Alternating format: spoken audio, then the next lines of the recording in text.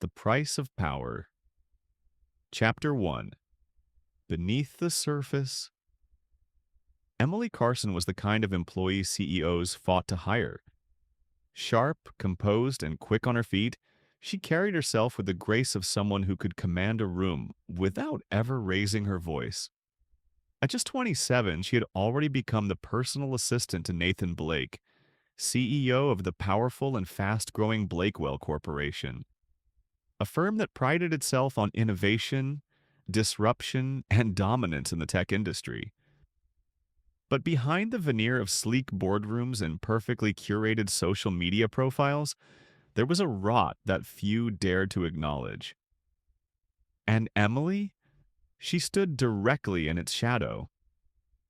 Nathan Blake had a reputation, the kind that spread in whispers. Brilliant but predatory, charming but cold. To the world, he was a genius entrepreneur who'd built a multi-million-dollar empire from a college dorm room. Inside his company, though, the truth was darker, especially for women who worked too closely under him. At first, Emily thought she could handle it. She'd had bosses before who pushed boundaries, who thought inappropriate comments were just part of being friendly. But Nathan was different. He didn't flirt, he hunted. His advances were subtle but deliberate. Late-night texts under the guise of work urgency, comments about her appearance during board meetings, hands that lingered too long on her back when no one was watching. He never said anything overtly threatening. That was the genius of his manipulation. It was always just shy of clear-cut misconduct. For 6 months, she played the game, deflecting, smiling, documenting. Yes, documenting. Emily wasn't naive. She saved every message, every meeting note, every calendar invitation that placed her alone with him. She kept an encrypted folder on a flash drive locked inside her apartment, with backups and secure cloud storage under a pseudonym. Every move she made was calculated, not for survival, but for war. She just didn't know yet when that war would begin. Still, it was exhausting. The emotional toll bled into every aspect of her life. She stopped going out with friends. She drank more coffee to mask the fatigue and wore heavier concealer to hide the shadows under her eyes. But the worst part wasn't the harassment. It was the way no one around her seemed to notice or care. Nathan Blake was too powerful, too connected. Employees worshipped him or feared him. There was no in-between. Then came the company retreat, a weekend getaway at a luxury resort 2 hours outside of the city, mandatory for senior staff. Emily had tried to excuse herself, claiming a family illness, but Nathan had personally insisted she attend. "We need our best people there," he'd said with a wolfish smile. It was there that everything changed. On the second night, after a day filled with speeches, team-building exercises, and forced laughter, Emily returned to her suite to find Nathan waiting outside her door. He reeked of whiskey, his tie loosened and his eyes glassy with the arrogance of a man who believed he was untouchable. "You miss the bonfire," he slurred, leaning in too close.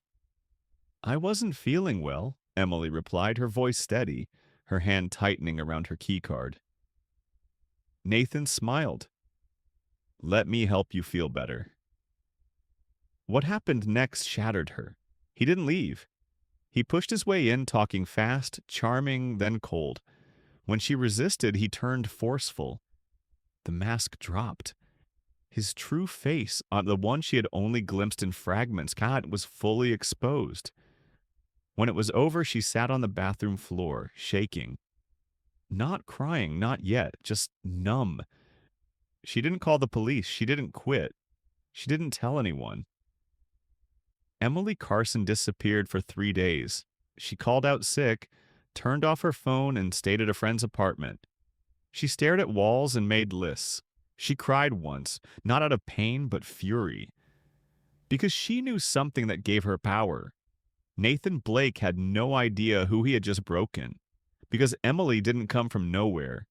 She was raised by a mother who worked in law enforcement, and she had spent years studying business law before turning to corporate management. She understood evidence, she understood leverage, and most importantly, she understood the long game. That night, on the edge of a sleepless dawn, she made a decision. She would destroy Nathan Blake. Not with rumors, not with press, but by dismantling his empire from within. Brick by brick. She wasn't going to do it alone either. She just had to wait for one man to come home. Chapter 2. The Soldier and the Strategist. Liam Hayes stepped off the plane into the cool, dry California air. Duffel bag slung over his shoulder, boots thudding on the jet bridge floor. It had been 14 months since he'd left for his final tour in Afghanistan. Not as a soldier on the front lines, but as a legal officer embedded with special forces units. His time there had changed him. The noise of war had given way to silence, and the man who returned home was quieter, leaner, more calculating than the one who had left. Waiting at the terminal was the one person he wanted to see more than anyone else. Emily. She stood stiffly, arms wrapped around herself, her usual warm smile absent. Liam didn't need words to know something was wrong. As they embraced, he felt how tightly she clung to him, like she was holding a lifeline.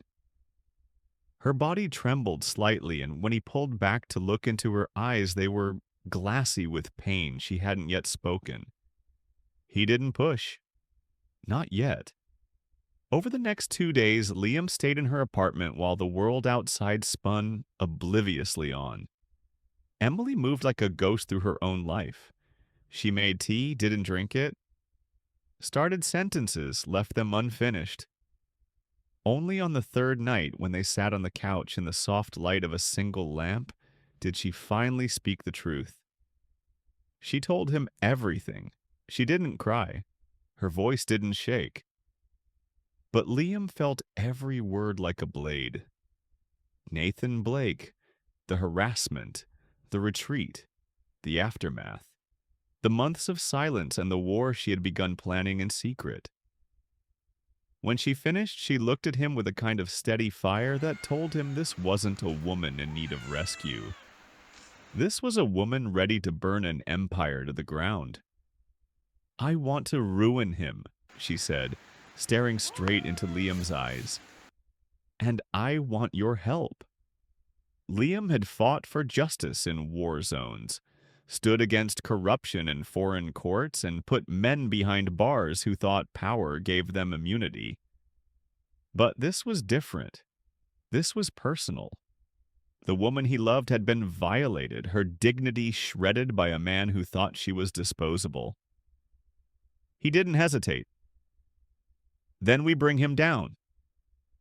The next morning, the two of them sat at Emily's kitchen table, laptops open, documents spread like battle plans. She had everything cataloged: emails, calendar invites, logs of calls and meetings. But it wasn't just the assault she wanted revenge for. She wanted to destroy Nathan professionally, financially, legally, socially. She wanted to take everything. And with Liam's expertise, she could. They started with Blakewell Corporation's public filings. On the surface, the company was clean, profitable, growing. But Liam had seen plenty of clean companies hiding skeletons. They dug deeper. Emily used her credentials to access internal systems and scanned everything she could download without triggering suspicion. Within days, they found discrepancies, questionable transfers between shell companies, board meetings that didn't match the minutes filed with regulators, sudden spikes in spending followed by abrupt write-offs. Liam flagged a dozen potential violations: tax fraud, misuse of investor funds, insider trading, even bribery. Nathan had built his empire on lies, and like any arrogant man who thought himself untouchable, he'd gotten sloppy. Liam crafted a plan. They would create a timeline, compile the evidence, and submit it anonymously to the IRS and SEC. Simultaneously, they would prepare a civil lawsuit, using Emily as the star witness. They'd leak parts of the story to trusted journalists. And finally, when the trap was set, they would walk into the office and let Nathan know that the woman he tried to break was the one signing his professional death warrant. But they had to be careful. One wrong move and Nathan could fire her, discredit her, maybe even sue her. He still had power, friends in high places, lawyers with sharp teeth. So they took their time. Weeks passed. Emily returned to work, wearing a new mask. Not fear, but control. She was cordial to Nathan, never cold, never inviting. She played the role of the efficient assistant again, all while feeding Liam the pieces needed to cut the threads of Nathan's empire one by one. And Nathan, as expected, believed he had won. He saw Emily's return as weakness. That was his mistake. Late one evening, as they cross-referenced accounts from a Cayman Islands bank, Liam leaned back and stared at Emily. "You know," he said softly, "what you're doing. It's bigger than revenge. You're going to save other women. From him. From men like him." Emily didn't smile. She just nodded. "I'm not doing this to be a hero," she replied. "I'm doing this because he took something from me, and I want to take everything from him." Liam reached across the table and took her hand. It was warm, steady, confident. "And you will," he said. "We both will." Chapter 3. Building the Trap. Blakewell Corporation stood like a monument to innovation in downtown San Francisco. All glass panels, brushed steel, and polished ambition.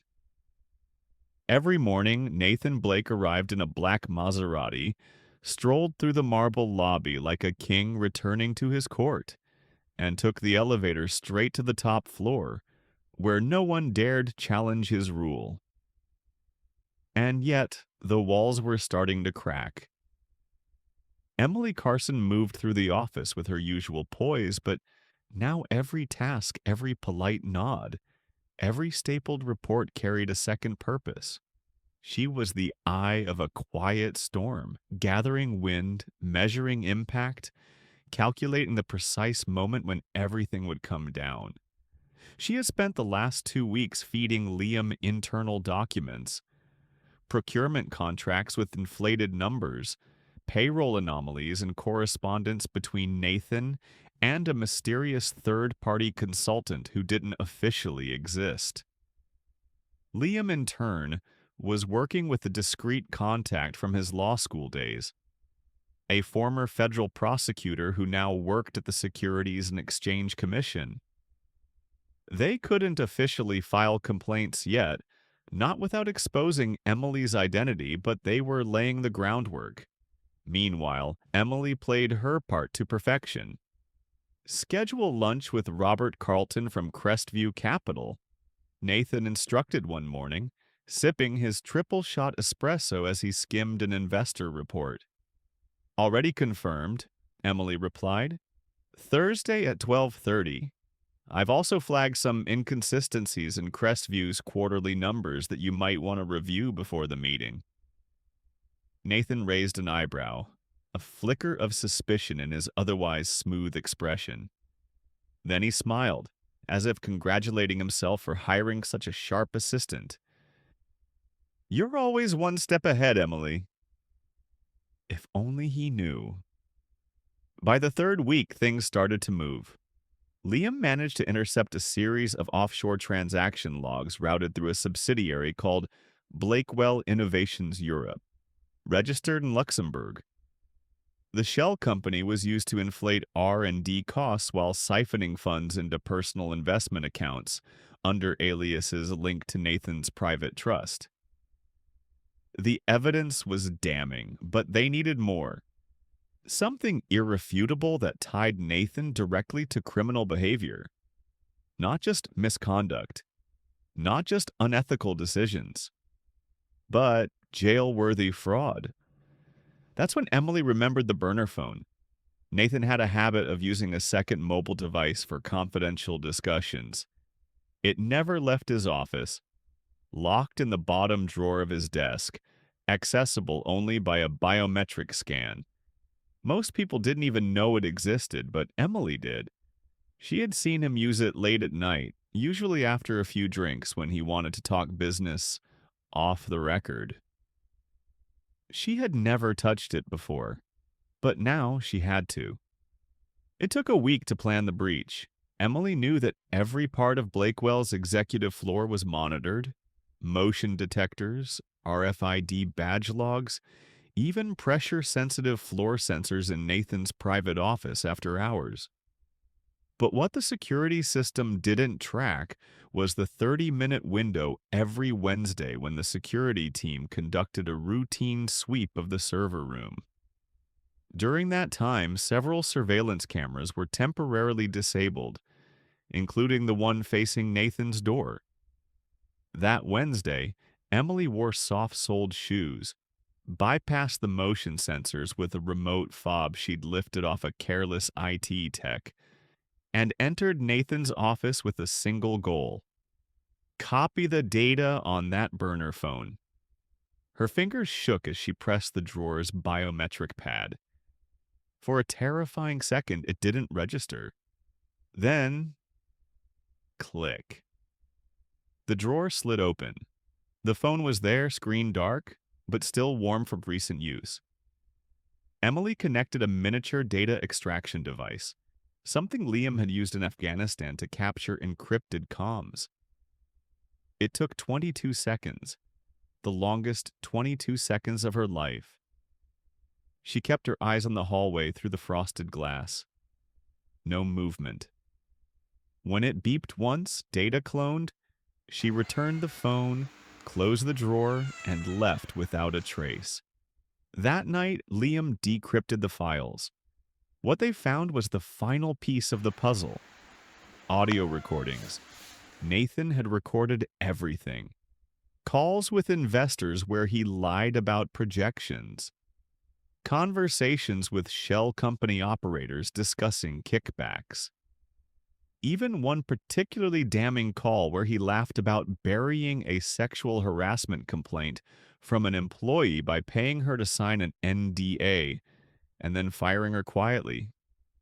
That alone was enough to trigger multiple federal investigations. But there was more. A recording from the night of the retreat.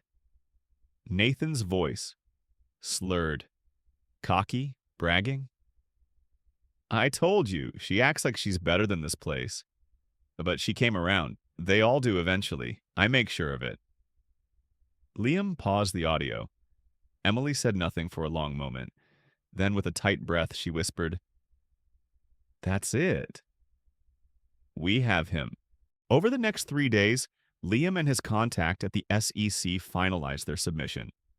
A full dossier, over 200 pages of documentation, audio files, transaction histories, and testimony drafts, was prepared under anonymous encryption protocols. Simultaneously, Emily contacted a journalist she trusted, Samantha Rhodes, an investigative reporter for the Los Angeles Chronicle, known for taking down corrupt CEOs. They met at a quiet park bench on a rainy afternoon. Emily wore sunglasses and kept her voice low. "I can't be the source, not yet, but this is real. And when it hits, you'll want the story." She handed over a secure USB. Samantha promised nothing, but her eyes said everything. The fuse had been lit. Now all that remained was timing. "We go public in 2 weeks," Liam said one night as they sat on the floor, surrounded by papers, laptops, and coffee mugs. "That gives the SEC and the IRS enough time to issue their first subpoenas. After that, the press storm begins." Emily nodded. 2 weeks. 2 weeks until the man who had taken everything from her would lose everything he built: reputation, power, freedom. Do you think he knows? She asked quietly. Liam looked at her, his voice cold. He will. Chapter 4. The Fall Begins. Nathan Blake woke up to the scent of roasted Colombian coffee, his assistant's calendar printout on the nightstand, and a view of the San Francisco skyline from his high-rise penthouse. Life, as far as he was concerned, was still under control. That illusion didn't last the day. At 9:03 a.m., his corporate attorney, Alan Weiss, barged into his office without knocking, a move so out of character it immediately raised alarms. Nathan, Alan said, gripping a thick envelope. We have a situation. Nathan raised an eyebrow, leaned back in his leather chair. Define situation. Alan tossed the envelope on the desk. You've been served. Inside were 2 subpoenas, one from the Securities and Exchange Commission and another from the Internal Revenue Service. Both demanded full financial disclosures from Blakewell Corporation and its offshore subsidiaries. There was no accompanying explanation, but Nathan didn't need one. The names of the agencies alone said enough. For a moment, he didn't react. He stared at the papers like they were in a foreign language. Then he stood slowly, jaw tight, and walked to the window. Who? He muttered. Who did this? Alan didn't answer. Nathan turned sharply. Is this about the Crestview deal? The Prague contracts? Jesus, did someone inside leak something? Alan hesitated. I don't know yet, but this didn't come from a random audit. Someone gave them something big. Nathan's mind raced.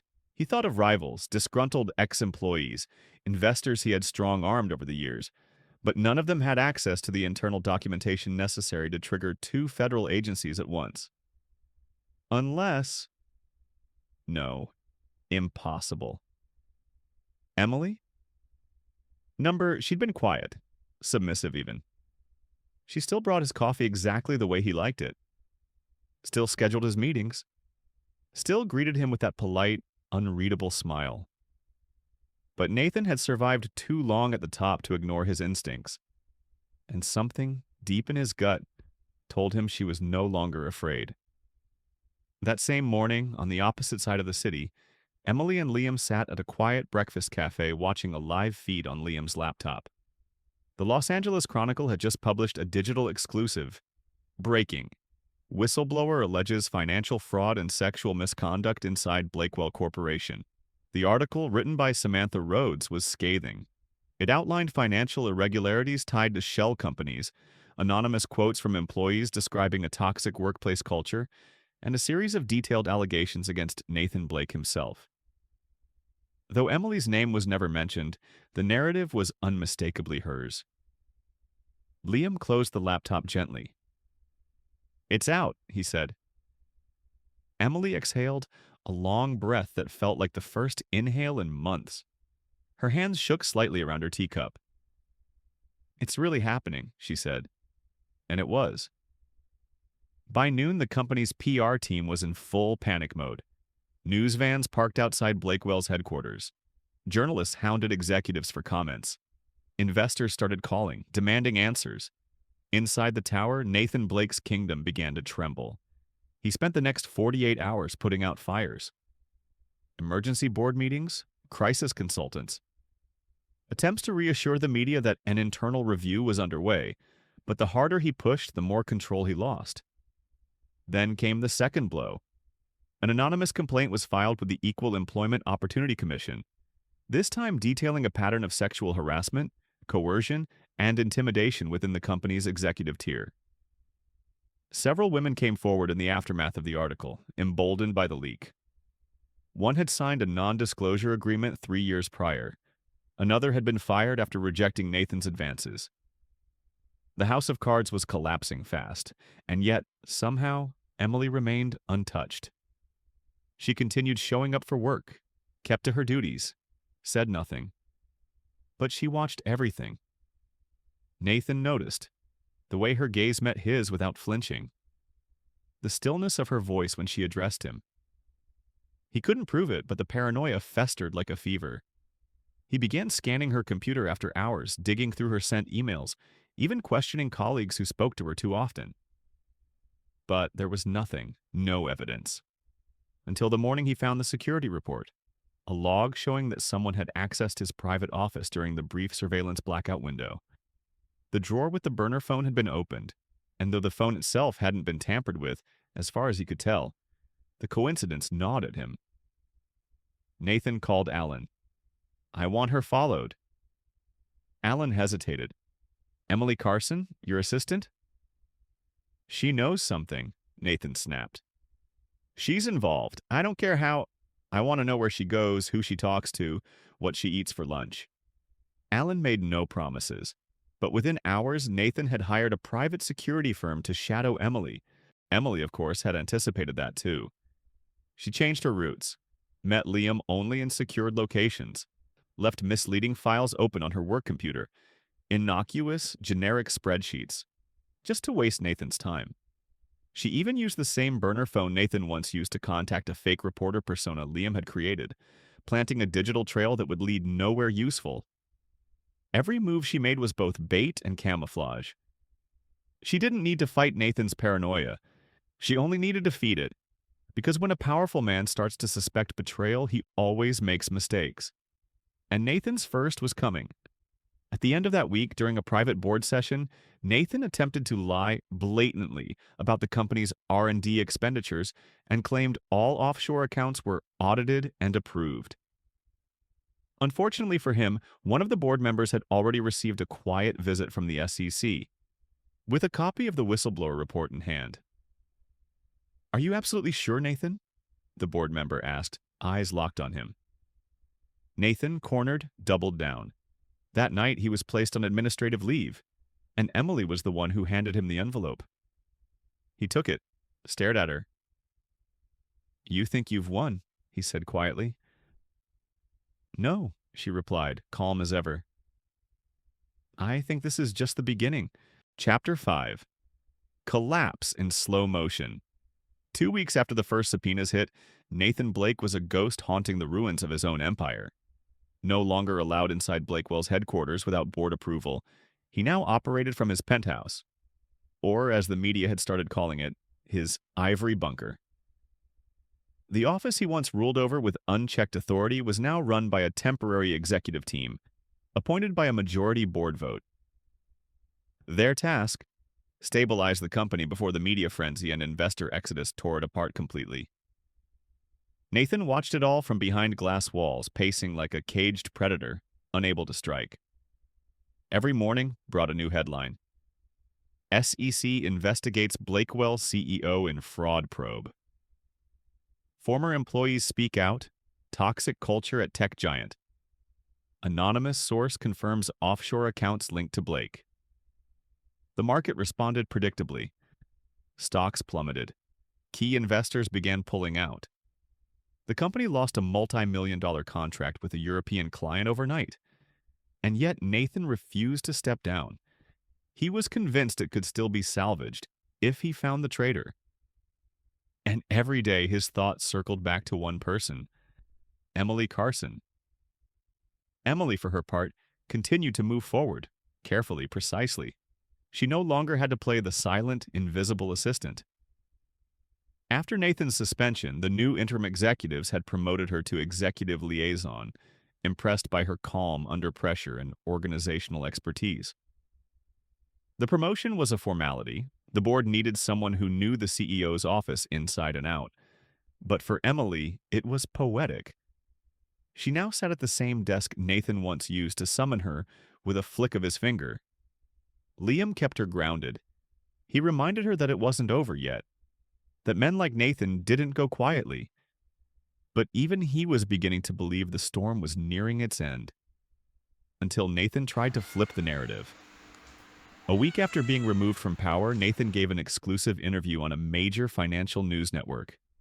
His PR team, now reduced to a single overpaid spin doctor, had clearly advised him to go on the offensive. He appeared in a crisp gray suit, calm, controlled, measured, a far cry from the disheveled, shouting man Emily had last seen in the boardroom. I've spent my life building Blakewell from the ground up, he told the camera. And I welcome oversight. If there were errors in accounting, we'll correct them. But this smear campaign, it's personal, it's coordinated. Someone wants to destroy me. The anchor leaned forward. Are you saying the whistleblower fabricated evidence? Nathan smiled, just slightly. I'm saying there are people in this world who will do anything to gain power, even if it means lying, even if it means using the media to cover their own ambition. He never said her name, but Emily heard the message loud and clear. The backlash was immediate. Dozens of former employees spoke up on social media condemning the interview. One of Nathan's old assistants, a woman who had signed an NDA 5 years prior, broke her silence in a heartfelt post that went viral within hours. She described Nathan's behavior in detail. The inappropriate comments, the late-night texts, the threats to her career if she ever spoke up. The final blow came from within his own legal team. Alan Weiss, Nathan's longtime corporate attorney, resigned publicly, citing irreconcilable ethical concerns. A subtle but devastating move. Emily and Liam watched it unfold from their apartment, silent, still. Then Liam looked at her. He's panicking. He just tried to paint you as a power-hungry liar. That's his last card. Emily didn't blink. Then we play ours. The next morning, they filed a civil suit. The lawsuit was meticulous. It cited workplace harassment, retaliation, corporate fraud, and emotional distress. It included sworn testimony, digital evidence, and financial documentation. But what made it truly explosive was that it wasn't just about Emily. It was a class action. 6 other women joined her. Some had left the company. Some still worked quietly in junior roles. All had stories, and all were ready to be heard. Emily became the public face of the case, reluctantly but necessarily. Liam stood beside her during the press conference as her legal counsel. Reporters crowded the steps of the courthouse, cameras flashing, microphones thrust forward. I didn't want this attention, Emily said calmly, but I couldn't stay silent anymore. Power doesn't give a man the right to take whatever he wants. And this time, he picked the wrong woman. The clip aired nationwide. Within 24 hours, Emily's name was trending. But more importantly, so was the truth. Nathan watched the press conference from his penthouse, glass of whiskey trembling in his hand. It wasn't just about the company anymore, this was personal. Emily had put a face to the accusations. She had rallied support. She had taken everything he valued, his business, his reputation, even the illusion of control. He smashed the glass against the wall. In the mirror, he didn't recognize the man staring back. Behind the scenes, the Department of Justice quietly opened a criminal investigation. Liam had contacts there, too. With the civil case now public and the SEC cooperating, there was enough evidence to suggest Blake had committed multiple federal crimes. He could no longer settle this with a checkbook.